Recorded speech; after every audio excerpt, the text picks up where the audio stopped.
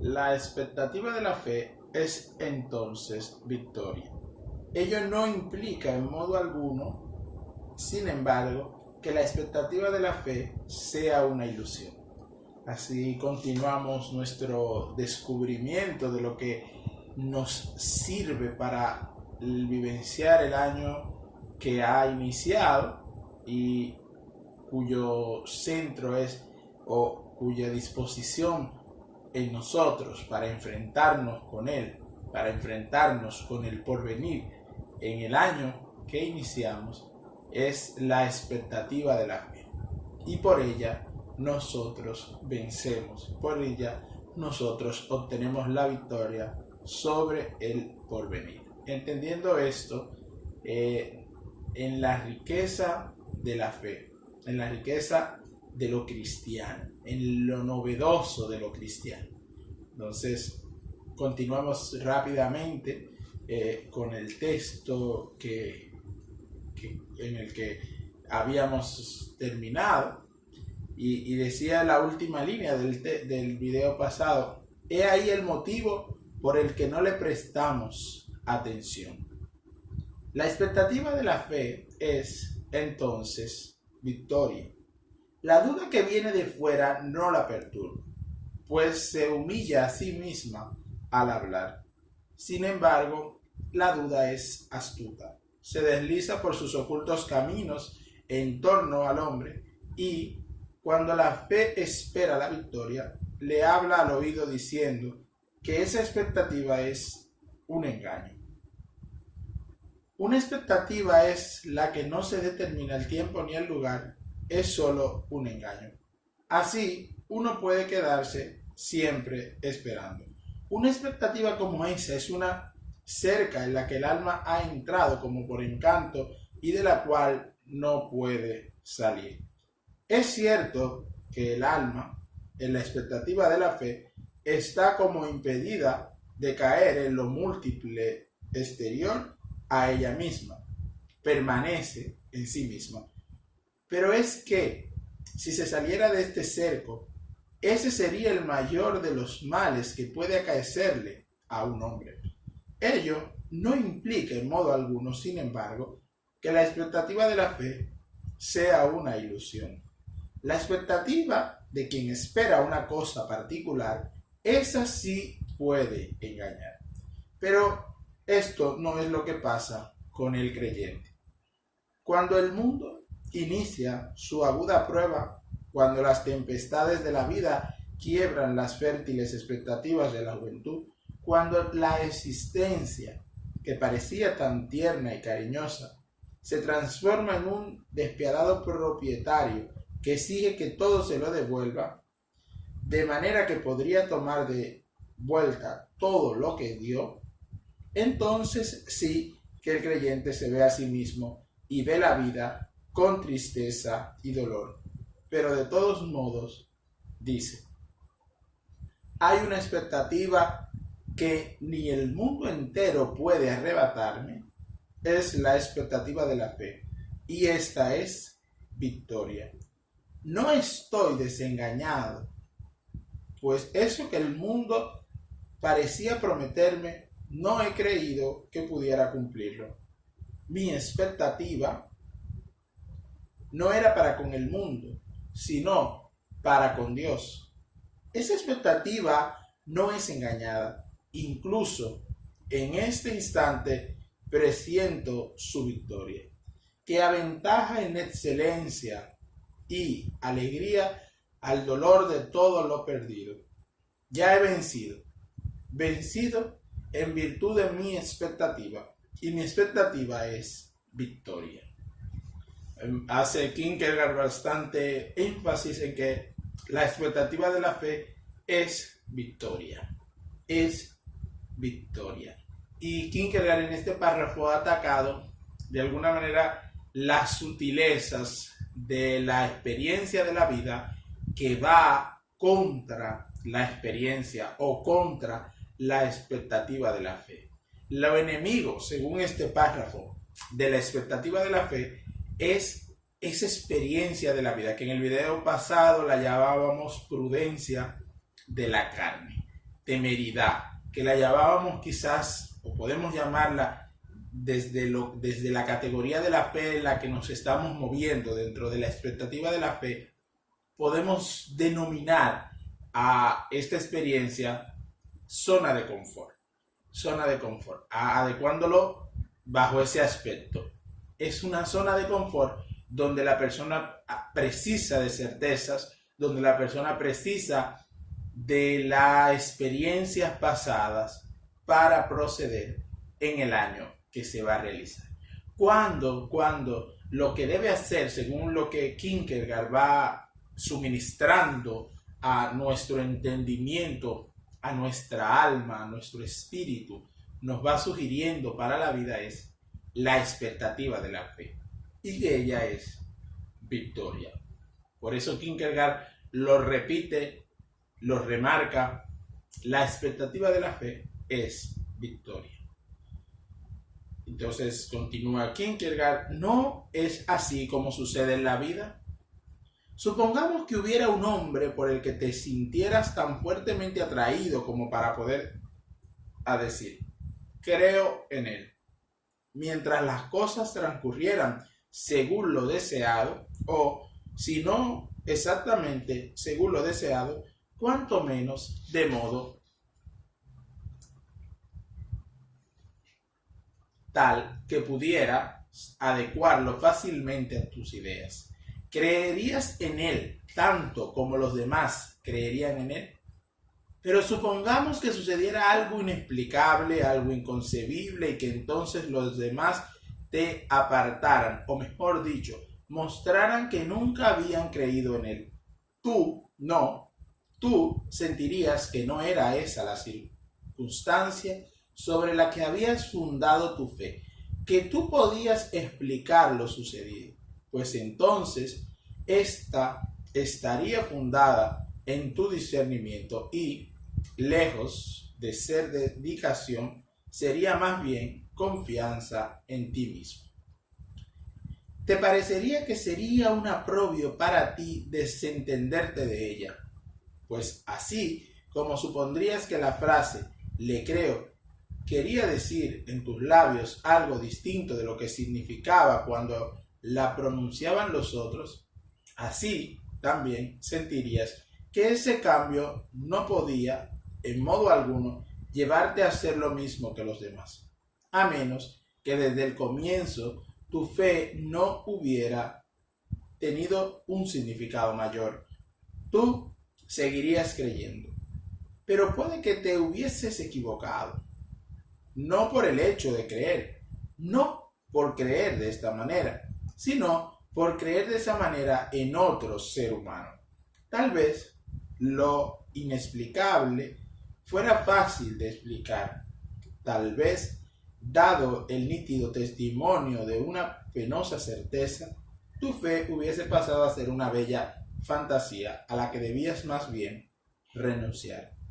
Eso no lo sabemos, pero lo que sí sabemos es que si por causa de esta fe olvidaras que hay una fe más alta, entonces aquella, pese a su belleza, solo sería para tu perdición. Si por el contrario creyeras en Dios, ¿cómo podría tu fe transformarse jamás en una bella fantasía a la que debieras más bien renunciar? Aquel en quien no se da mudanza ni sombra de alteración, ¿podría acaso transformarse? Aquel que es fiel, todo hombre que se precie de serlo, aquel exento de engaño en quien tú mismo has creído, ¿no habría de ser fiel?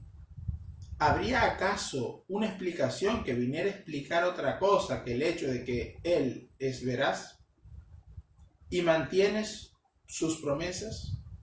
Y sin embargo, vemos que los hombres han olvidado esto.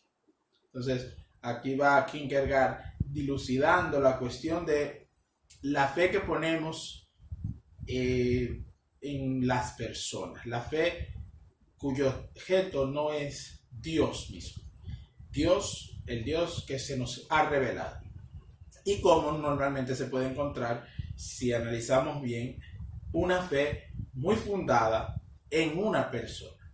Y entonces, esta fe que por estar en una persona mudable, en una persona con tantas ambivalencias, no merece certeza de ser tal fe o no merece ser tal cual como es una fe o como es la fe que se exige o que debe llegarse a tener en relación con Dios. Por eso lo de que Dios es veraz, Dios es fiel, Dios es en el cual yo me puedo fiar. Mientras que de un hombre no me debo fiar de esta manera. Porque puede ser digno de fe, pero en circunstancias. Y no con certeza. ¿Por qué? Porque la persona tiene las mismas ambivalencias que lo temporal. Continúa Kierkegaard. Cuando aquellos tienen éxito en todo, en los días dorados, cuando de un modo extraño se sienten en armonía con todo su alrededor, entonces creen. Se sienten seguramente no olvidan en su alegría dar siempre las gracias a Dios, pues todo ser humano agradecerá de buena gana los bienes que recibe, pero el corazón de todo ser humano es también lo bastante débil como para querer igualmente determinar por sí mismo qué es el bien. Cuando todo cambia, cuando la pena reemplaza la alegría, entonces se apartan, entonces pierden la fe, o, digamos mejor, sin dejar que el lenguaje nos confunda, entonces muestran que nunca la han tenido. Tú, oyente mío, no actuaste así. Cuando descubriste que tú mismo estabas transformándote por el hecho de que todo se transformaba a tu alrededor, entonces dijiste, lo admito. Ahora puedo ver que eso que yo llamaba fe era solo una fantasía. Aquello es lo más alto que un hombre puede hacer en su relación con otro, creerle. Aquello que es más alto y aún y más bello, más glorioso de lo que el lenguaje puede describir. Creer a Dios. He tenido el atrevimiento de imaginarme que lo hacía, y a todas mis demás alegrías he añadido también esa. Sin embargo, tal como ahora lo veo, mi fe era solo una emoción pasajera, un reflejo de mi dicha terrena. Pero no quiero edificarme a mí mismo hablando de manera presuntuosa e insensata, ni decir que he perdido la fe, ni echarle la culpa al mundo o a los hombres, o incluso acusar a Dios. De esa manera buscabas, oyente mío, contenerte a ti mismo cuando querías extraviarte en la pena. No endureciste tu servicio, no fuiste tan tonto como para imaginarte que, si ese percance no hubiese tenido lugar, habría conservado tu fe, ni tan miserable como para querer aliarte a esa certeza. He ahí el motivo por el que alcanzaste de nuevo, aunque haya sido lentamente, la expectativa de la fe. Vemos aquí que ante lo anterior, la fe que se puede poner en los hechos, en las personas, también se puede dar un cambio y ser capaces de resistir para volver a tener, como dice Kierkegaard al concluir, no, en esta matización o precisión. He ahí el motivo por el que alcanzaste de nuevo, aunque haya sido lentamente, la expectativa de la fe. Porque no te apresuraste, no conjeturaste tú mismo, sino que aguardaste para recibir de alguna manera como una experiencia, como un don que se te daba. Esto, la expectativa de la fe. Esto que se gana según lo anterior visto anteriormente, se gana en el instante, se gana en el momento. No se gana o no se recibe por vía de otro como algo material, sino que la disposición, la expectativa de la fe, diríamos que tengas, ese deseo de la fe que tienes, te da a ti dicha expectativa, sabiendo que esta expectativa en parte está en nosotros como una disposición que buscamos y que logramos, y a su vez viene de Dios. En la experiencia concreta no habría esta dualidad en la forma de hablar, se da esta experiencia de vértigo, de que es obra mía y puedo llevarlo hasta las últimas consecuencias y obviar a Dios, sacar a Dios como si entonces Dios fuera una ilusión, o es a su vez obra mía y obra de Dios, en el sentido de que Dios me hace partícipe de el obrar, del querer y el obrar. Dios es el que obra en nosotros el querer y el obrar, demostrando así que Dios está como el maestro interior que nos enseña estas cosas que predicamos. Estas cosas que por la predicación se anuncian y que el hombre puede creer que él las realiza de su medio, si él se da cuenta, cabalmente debe dar gloria a Dios por ellas, pues Dios es el que las ha empezado a poner por obra.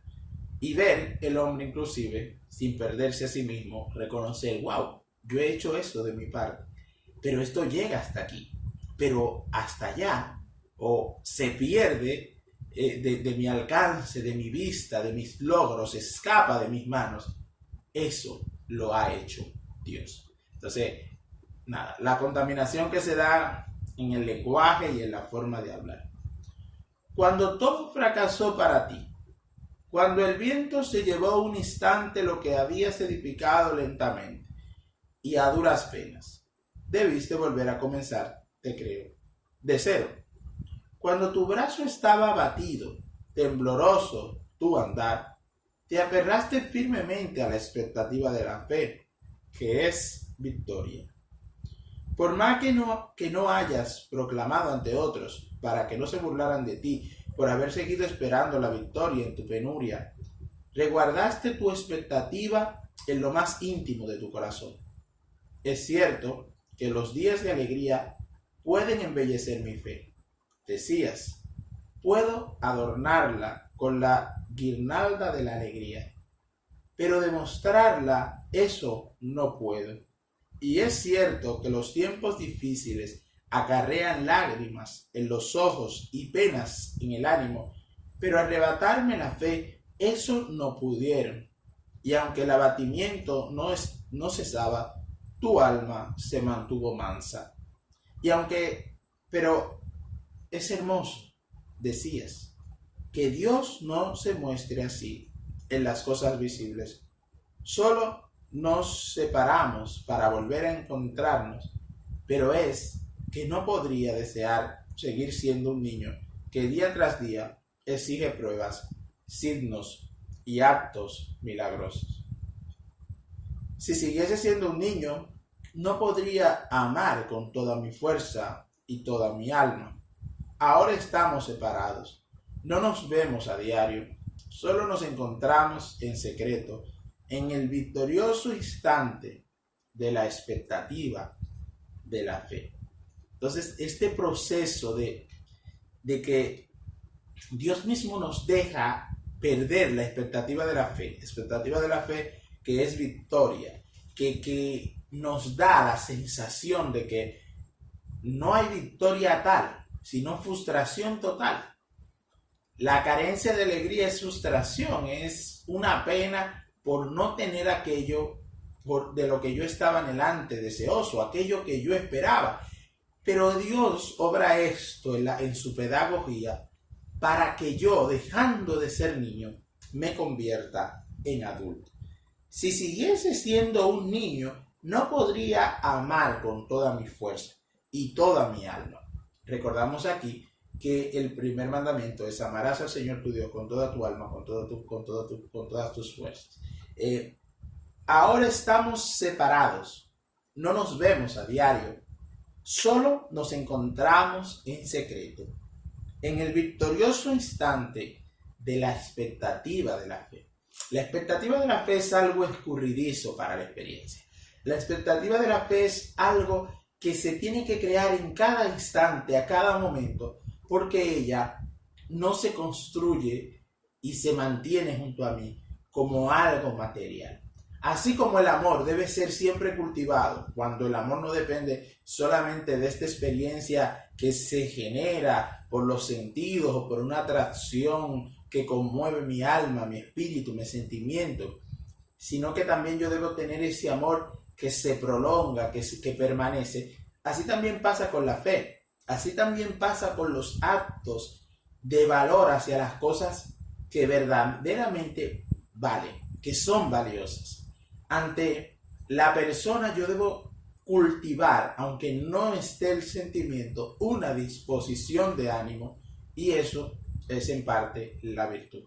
Hacia Dios yo debo tender con todas mis fuerzas, aunque no las tenga, debo esforzarme por eso. Y esa es la disposición que yo voy creando y que a su vez se ve fecundada por la acción del Espíritu Santo. Entonces, así se pasa de ser niño a ser adulto. Niño en el sentido de niño ignorante, niño carente de fuerza, carente de un ánimo estable. Y empezamos a ser adultos con ánimo estable. Y miren qué hermoso diría Kierkegaard esto. Ahora estamos separados. Cuando un niño está separado hay una tristeza que lo embarga, que lo agobia, que lo perturba totalmente, bien profundamente. No nos vemos a diario. Solo, entonces aquí ya hay como una descripción de lo más serio. Solo nos encontramos en secreto, en el victorioso instante de la expectativa de la fe.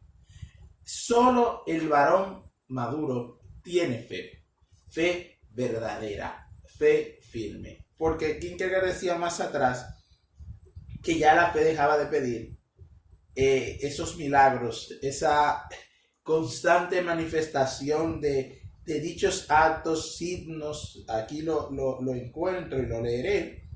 Pero es que no podría desear seguir siendo un niño que día tras día exige pruebas, signos y actos milagrosos. En el victorioso instante de la expectativa de la fe, ya habiendo dejado de exigir pruebas, signos y actos milagrosos, ahora estamos separados, no nos vemos a diario, solo nos encontramos en secreto en el victorioso instante de la expectativa de la fe. Expectativa de la fe que remarcaba Kierkegaard en el texto, en el párrafo anterior, es victoria. ¿Quieres tú una victoria sobre el instante, sobre lo indeterminado, mayor que esta? Que la experiencia te dice, eso es una ilusión. ¿Quieres una expectativa mayor que esa que dice, solo nos encontramos en secreto en el victorioso instante de la expectativa de la fe? Continúa aquí en Kierkegaard.